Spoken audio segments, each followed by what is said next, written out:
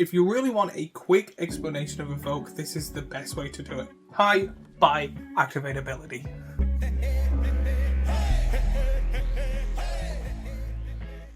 Hi everyone, I'm Cordial ECJ. Welcome to Commander Class 125. I cannot believe we're 25 episodes after 100. It only felt like a week or two ago when I made episode 100.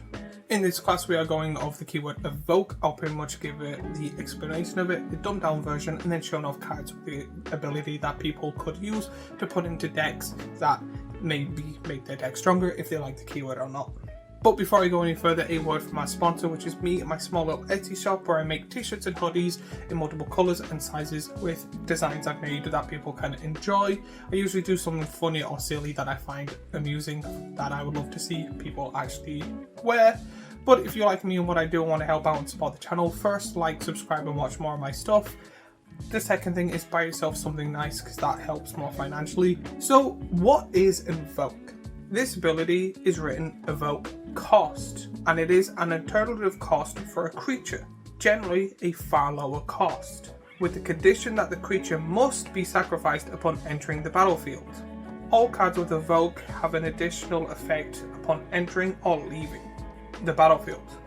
The creature's controller may choose whether the sacrifice occurs before or after the additional effect, or effects. But what does this mean in layman's terms? Usually on a card there is a cost in the corner, but there will be an Evoke and then a cost next to it. If you pay that, it is usually a lower cost, but all the cards with Evoke have a ETB or enter the battlefield trigger. What that means is pretty much you get to play the creature, activate its ability, so you might get something good from it, and then it instantly dies. These cards usually good for its ability. You're not looking to attack or block, and they usually help earlier game because they cost less. The most known one would be the fish that lets you draw a card or two cards. That is a really good card because you literally go, cool, I think it's 3 mana for the Evoke, boom, draw 2 cards, it's gone. Then if you have a way to bring it back, or if you didn't play that turn, you can just play it and still get the 2 cards. When it comes to Evoke, there's also a second cool thing that people kind of enjoy, is people have sacrifice decks.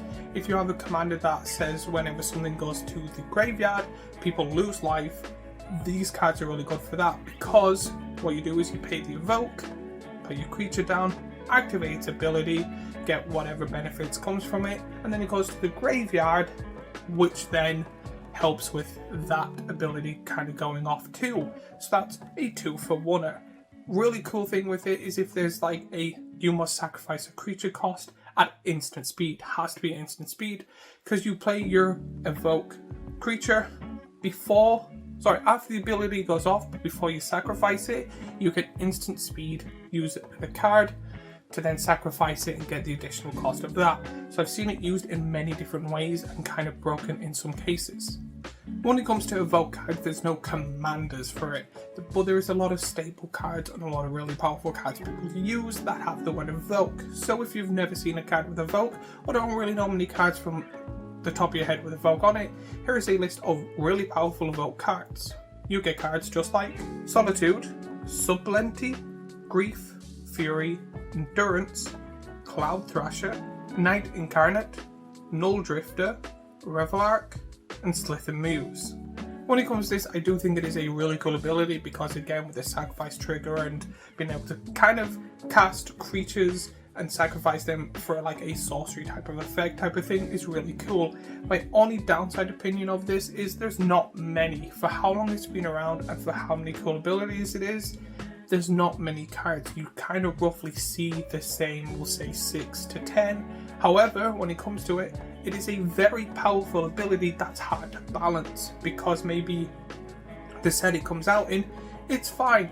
Boom, you do a thing, sacrifices a thing, whatever, no big deal. However, later, like in a year or 2 or 3 or 5, that card can then become broken because there might be a new commander or something like that that's out that, I don't know, whenever you draw 2 cards, you get to bring something with like less than 4 power back, and then you're able to just pretty much do like a weird loop thing or broken thing like that that wasn't seen because of the Evoke card. So they're very hard to balance around.